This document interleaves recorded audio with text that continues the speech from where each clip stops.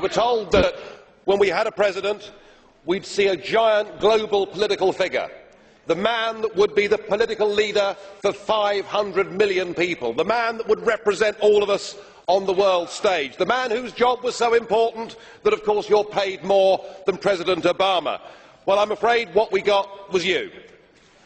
And I'm sorry, but after that performance earlier that you gave, and I don't want to be rude, but you know, really, you have the charisma of a damp rag and the appearance of a low-grade bank clerk. And the question that I want to ask, that we're all going to ask is, who are you? I'd never heard of you. Nobody in Europe had ever heard of you. I would like to ask you, President, who voted for you? And what mechanism? Oh, I know democracy is not popular with you lot. And what mechanism do the peoples of Europe have to remove you? Is this European democracy?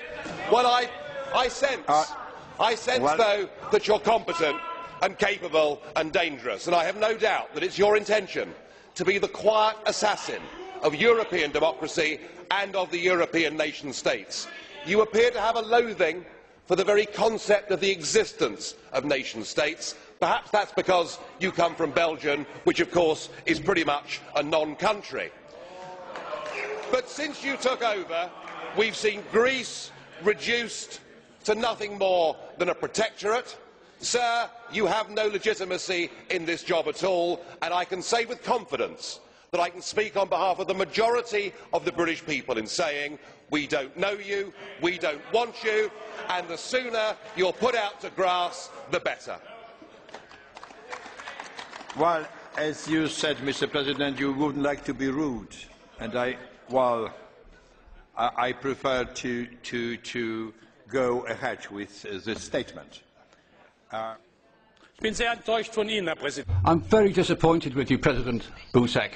It is not acceptable that in this Parliament a group chairman not only criticises the President of the Council, but calls him a wet rag.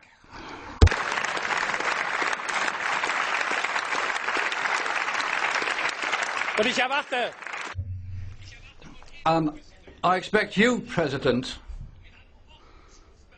to call this person to order. It's not right that this man should be able to trample over the dignity of this House. And Joseph Dole, it's not just a case of getting or allowing the UK to leave the EU. It'd be better for Mr Farage to resign if the European Union and the European Parliament are such bad things in his eyes. Thank you, President. Just as I have said to President Farage previously, 2 months ago, and today I repeat this, these type of addresses, which are character assassinations of individuals, are inadmissible in the European Parliament, and I spoke to Mr Farage about it, and I drew his attention to it. Mr Schulz, I'd like to say that this is how I work, and that's my way of going about it.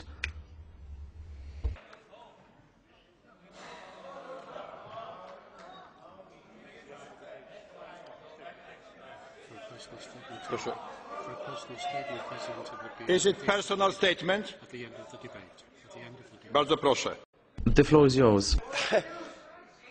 You may not like what I say, but just consider your behaviour. You, after the Irish people in a referendum voted no, said that our group had opened, by supporting the no vote, that we'd opened the door to fascism. You said that we had behaved as a group in the Parliament like Hitler and the Nazis in the Reichstag. We've been called by Danny Cohn-Bendit mentally weak. You know, it has to be, it can't be one way. It is not personal statement. Mr. President Farage, it is not personal statement. I am very sorry, it was not personal statement. We must keep order and all the regulations of our Parliament.